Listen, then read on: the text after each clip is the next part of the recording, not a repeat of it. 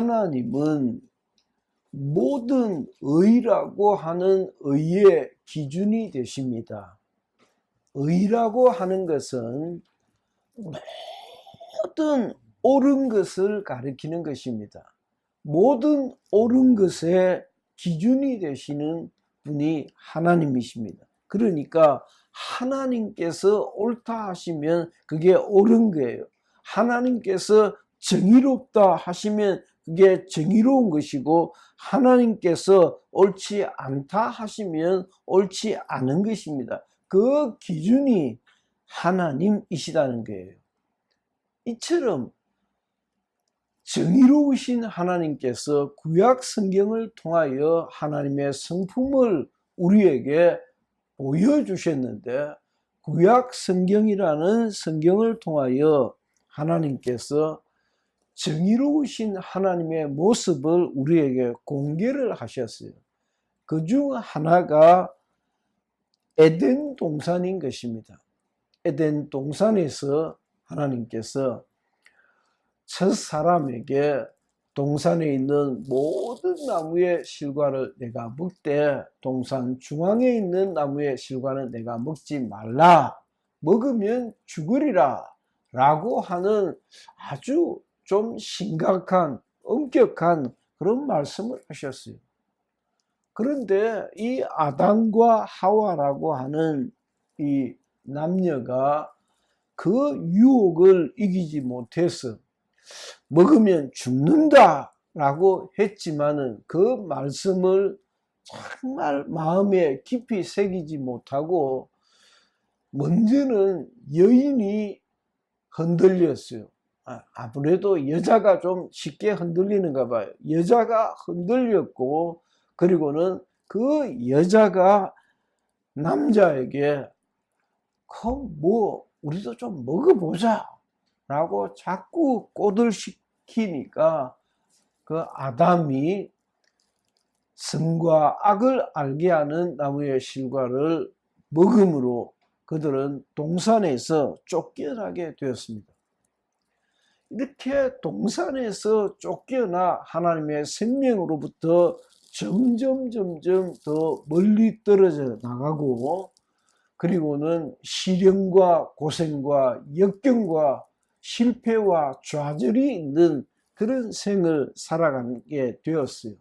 그때 하나님께서 이 어리석은 백성들을 보고 내가 어떻게 하면 저들을 살릴 수 있을까라고 고심한 끝에 하나님께서 구원자를 보내시기로 작정하십니다. 아니, 하나님은 전지하시고 전능하신 분이신데 하나님은 무엇이든지 자기 마음대로 하실 수 있는 분이신데 그까짓 야 됐다, 네가 좀 실수는 했다마는 내가 용서해 주구마 라고 용서하시면 될 일 같은데 그렇게 하지 아니하시고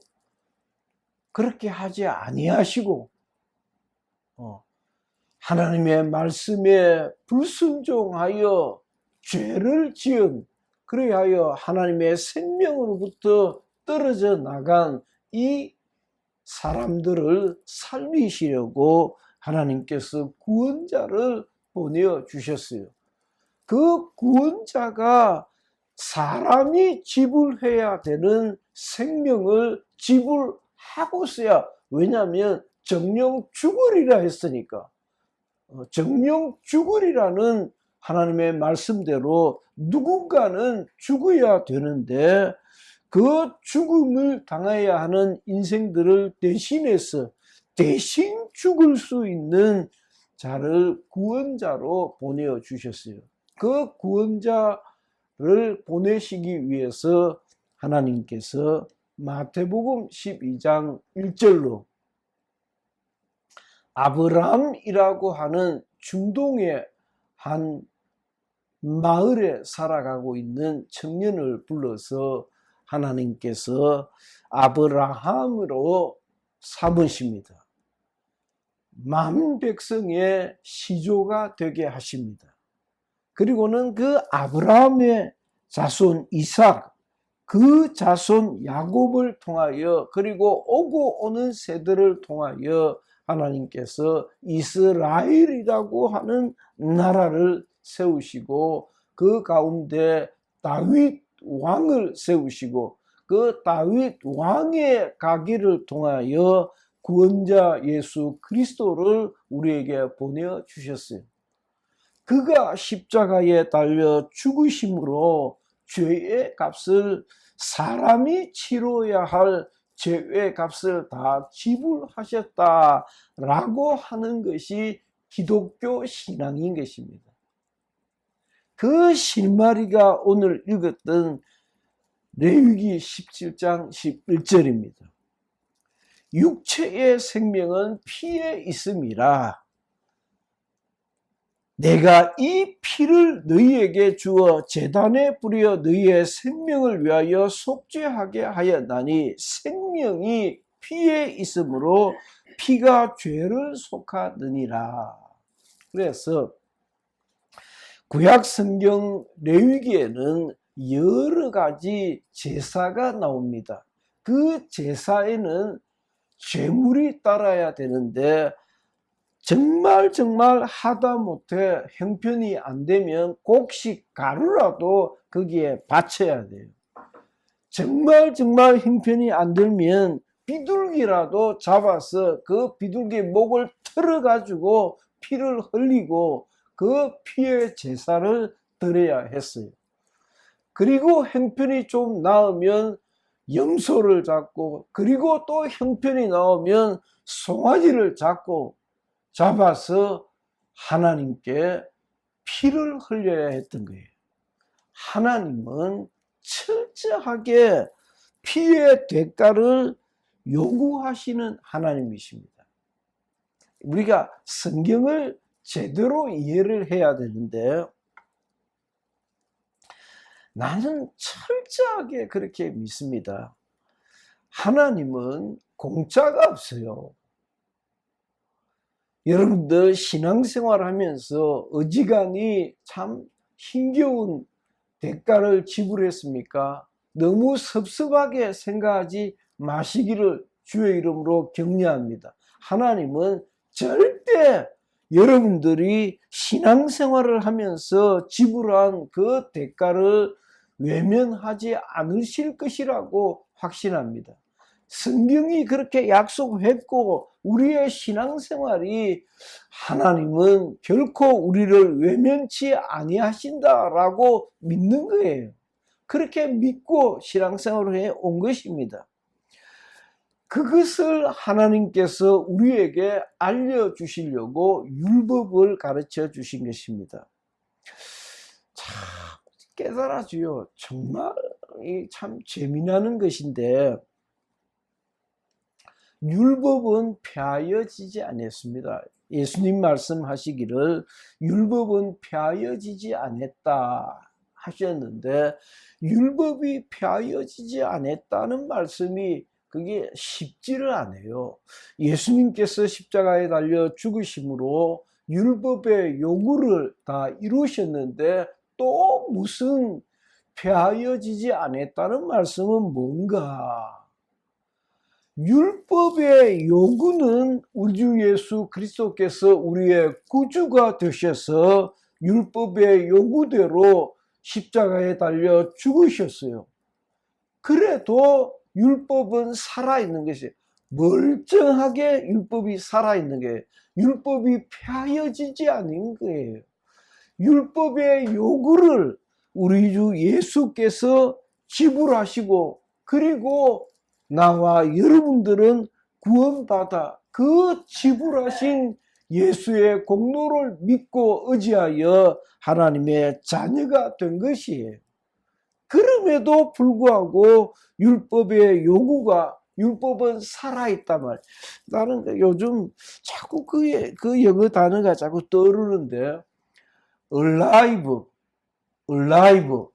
A-L-I-V-E, alive, 실시간 방송이다는 뜻으로 alive라는 것을 동영상의 한쪽 구퉁이에 보면 alive, 실시간이라는 단어로 번역할 수 있는 거예요. 실시간.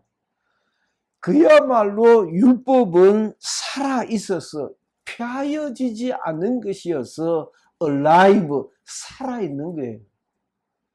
사랑하는 하나님의 자녀된 여러분, 율법은 지금도 여러분들에게 정당한 요구를 하고 있는 거예요. 율법대로 사는 여러분들이 되시기를 예수 이름으로 격려하고 축하합니다. 율법대로 살아야 돼요. 율법대로 살아서 그 율법이 나를 구원해 줄 것이라고 믿지 않는 것이 다른 거예요.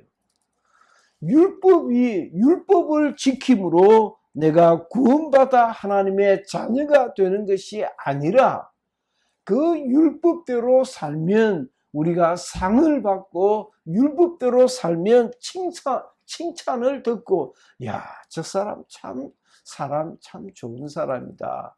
사람이 참 됐다라고 세상으로부터 칭송도 받고 인정도 받고 그 보상을 받고 그런데 그 율법대로 살지 못하는 것을 부끄럽게 생각하지 아니하고 율법을 마구잡이로 파헤쳐버리고 제 마음대로 살아서 마치 제가 인생의 기준이 된 것처럼 살면 똥칠 망칠하고 마는 것이에요. 그렇게 살면 부끄러운 인생이 되고 만단 말이에요. 자, 저 사람은 교회의 장로라고 하는 사람이 저 모양이냐? 율법대로 안 사니까 그렇게 요거도 먹는 거예요. 아니, 집사라는 사람이 저 사람은 오늘 교회 가야 안 되나? 라고 교회 가야 되는 날에 교회 안 가고 같이 어울려서 놀러 가면 같이 어울려 놀기는 해도 속으로는 욕한다 이 말이에요. 저 사람은 교회를 다니도 나이로운 신자라고 불신자들이 먼저 알아본다. 율법대로 안 사니까 그런 거예요. 율법은 alive, 살아있다 이 말이에요. 굉장히 중요한 말씀을 드렸습니다. 예수는 하나님의 보이지 않는 하나님의 보이시는 형상으로서 그 보이지 아니하시는 하나님을 우리에게 보여주시는 하나님이신 것입니다. 예수께서 십자가에 달려 죽으시고 피 흘리심으로 하나님의 요구를 다 이루셨다. 하나님은 굉장히 엄격하신 분입니다. 여러분들은 어떤 하나님을 만났습니까? 여러분들의 마음속에는 어떤 하나님이 자리 잡고 계십니까? 아마 나와는 또 다른 어떤 하나님이지 않을까 그렇게 생각합니다. 제가 여러 번 얘기를 드렸지만은 예수 믿고 중학교 1학년, 2학년 한 4년 이상 그랬을 것 같아요. 그때는 사춘기 시절이라서 그랬던지 하나님은 사랑의 하나님이라고, 왜냐하면 중등부 회장을 했으니까 기도를 인도해야 될 때가 많았으니까 사랑하시는 하나님, 이런 식으로 하나님을 많이 찾고 불렀어요. 신앙생활을 10년, 20년, 30년, 40년쯤 지났을 때 밀려왔던 하나님이 지금껏 가장 진하게 남아있는데 그 하나님은 굉장히 쫀쫀한 하나님입니다. 엄격하신 하나님입니다. 정말 하나님은 엄격하신, 너무도 엄격하신,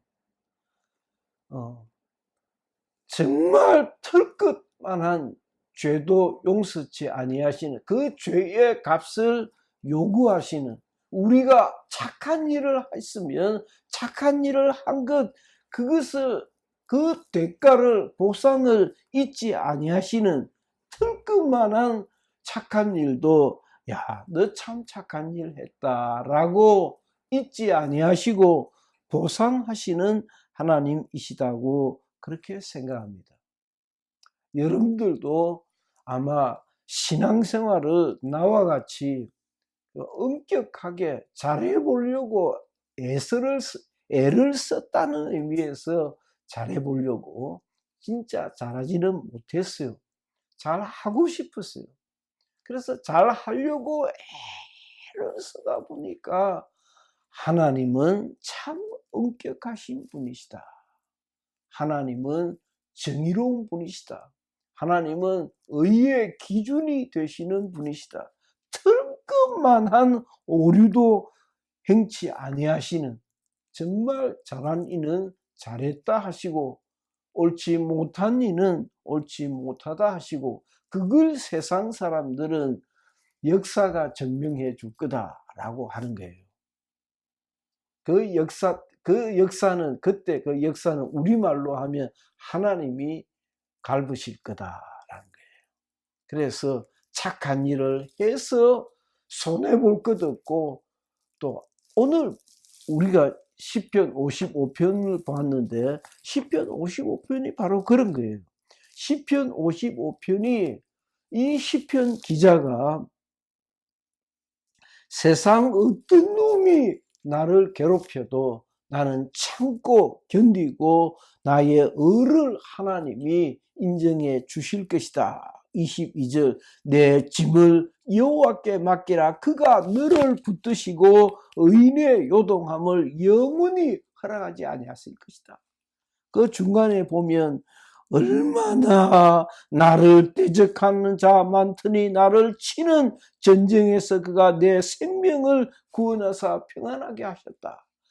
얼마나 많은 사람들이 나를 치고 나를 넘어뜨리고 나를 괴롭혔지만은, 심지어는 나의 동료요 나의 친구요 나의 친구였던 너희들이 나를 괴롭혔지만은 나의 하나님이 나를 지키실 것이다 라고 정의로우신 하나님을 우기는 겁니다.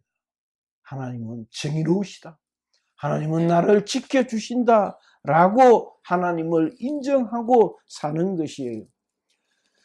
레위기서는 이와 같은 하나님의 성품을 우리에게 보여줍니다. 그 하나님의 성품을 나는 오늘 제목으로 Give and Take라 본 겁니다. 레위기서는 하나님은 Give and Take의 하나님이시다. 철저하게 주고받는 하나님이시다. 여러분, 이 세상 사랑은 Give and Take입니다. 부부도 마찬가지입니다. 부모도 마찬가지입니다. 부모는 그나마 그중 아닌 것이 부모 사랑인 것 같아요. 그래도 마찬가지입니다. 그래도 자식 싸가지 없으면 그 자식한테 돈 주고 싶은 마음은 안 들어요. 뭐 한 푼 더 챙겨주고 싶은 마음이 안 들어요. 아무리 부모가 참 귀하고 소중한 분이지만은 애를 먹이고 끝없이 애를 먹이면 그 자식들 못 이깁니다. 왜냐하면 이 세상 사랑, 이 세상 정리, 이 세상 원칙은 철저히 give and take입니다. 자식으로서, 부모로서, 형제간으로서 철저하게 give and take에 완벽하게 살아갈 수 있기를 예수 이름으로 축원합니다. 정말 그렇게 살아야 돼요. 아내는 아내답게, 남편은 남편답게, 자식이 자식답게, 부모가 부모답게 살아야 부모로서의 행실을 할 수 있고, 자식이 자식답게 살아야 자식의 행실을 하는 것이지, 목사가 목사다워야지, 교인이 교인다워야지, 시민이 나라의 시민이 시민다워야 되는 것이 레위기서에 갇혀 있는 그 제사제도 속에 담겨 있다. 그 제사제도를 보면 한 15년 전쯤 된 것 같아요. 15년쯤 됐을 것 같은데, 그때 어느 해 벽두에 성경을 읽으면서 하고, 왜 창세기, 출애굽기, 레위기, 민수기, 신명기 이 모세 오경 가운데 기록되어 있는 엄격함이 확 밀려오는 거라. 창세기, 출애굽기, 레위기, 민수기, 신명기, 모세 오경 속에 담겨 있는 그 여호와의 엄격하심이 막 밀려오는 거예요. 여호와의 엄격하심이. 왜 그 여호와를 두려워하고 그 성경 가운데 그냥 성소를 짓고 예루살렘 성전을 짓고 하는 그들이 성경이 밝혀준 대로 그냥, 아니 목수가 말이야, 성전을 짓는 목수가 알아서 요령껏 잘 지으면 될 건데 그거 중요하지 않고 성경이 가르치는 대로 그대로 성전을 지어갑니다. 그 지어가는 그 모습을 보고 하나님의 엄격하심을 한번 크게 깨닫는 기회가 있었어요. 하나님은 엄격하신 분입니다. 하나님의 엄격하심을 우리가 성품으로 가지는 거예요. 뭐 이런 얘기하면 좀 그렇지만은 그래도 아마 제 동생 이봉린 권사의 생애 가운데서도 뭐 오빠만큼 동생을 잘 이해하는 사람이 있을까요? 뭐 같이 크고 곁에서 봤으니까. 내 동생도 꽤 엄격한 편입니다. 그러니까 제가 우리 아이들한테 너희 고모 남들에게 선을 베푸는 것을 아주 기뻐하고 잘 하지만은 너희 고모 참 엄격한 사람이다. 아무리 적은 것을 받고도 꼭 고모한테 고맙다, 감사하다는 표시를 해라 라고 했던 적이 있어요. 우리는 레위기서에 있는 제사 제도를 읽으면서 내가 믿는 하나님은 굉장히 엄격하신, 정말 죄의 대가를, 죄의 그 값을 요구하시는 분이시구나. 그것을 give and take다 말이에요. 주거니 받거니가 확실한 사람, 경우가 분명한 사람. 그래서 제가 또 한 분이 있어요. 또 한 분, 그 어머니도 참 경우가 분명합니다. 나는 그렇게 경우가 분명한 것이 너무 좋더라고요. 우리 장모님이 그렇습니다. 참 경우가 분명합니다. 그 경우가 분명한 것이 나는 사위로서 참 자랑스럽고 좋더라고요. 그러니 그 교회에서 그렇게 칭송을 받지요. 왜? 경우가 분명하거든. 주의 종들 잘 섬기고, 불쌍한 성도들 잘 섬기고, 잘 돌아보고, 빈손으로 보내지 않고. 그러니까 내 친구 목사님들 한 번씩 처가에서 만나서 이리로 오라 하고 처가에서 만났는데, 뭐 지가 부자든 대학 총장이든 뭐 신부사 기자든, 기자 친구도 있고 대학 총장인 친구도 있고 누구든 용돈 받아가거든. 그러면서 처분이 없어가지고 친구 장모님 집에 와가지고 용돈 받아가니까 송구스럽기도 하고 멋쩍기도 하고 재미나기도 하고, 그렇게 사랑을 베푼다. give and take예요. 받은 사랑에 감사할 줄도 알고 되갚을 줄도 알고, 우리 그렇게 사는 그런 하나님의 성품을 다 간직하고 나도. 그래서 세상에는 공짜가 없다. 공짜는 공정과는 거리가 멀다. 하나님은 정당한 죄의 값을 요구하시는 하나님이십니다. 그 하나님이 또한 우리를 사랑하시니 우리의 죄를 용서하기를 기뻐하시는데, 우리가 져야 하는 죄의 값을 우리 주 예수께서 대신 지불하시고 우리는 믿음을 선물로 주신 것입니다. 그래서 그 믿음을 값없이 공짜로 받아서 우리는 공짜 인생을 사는 것입니다. 마찬가지로 공짜 인생을 살게 되었으니 정말 값없이 봉사하며 살기를 주의 이름으로 축원합니다. 기도합시다.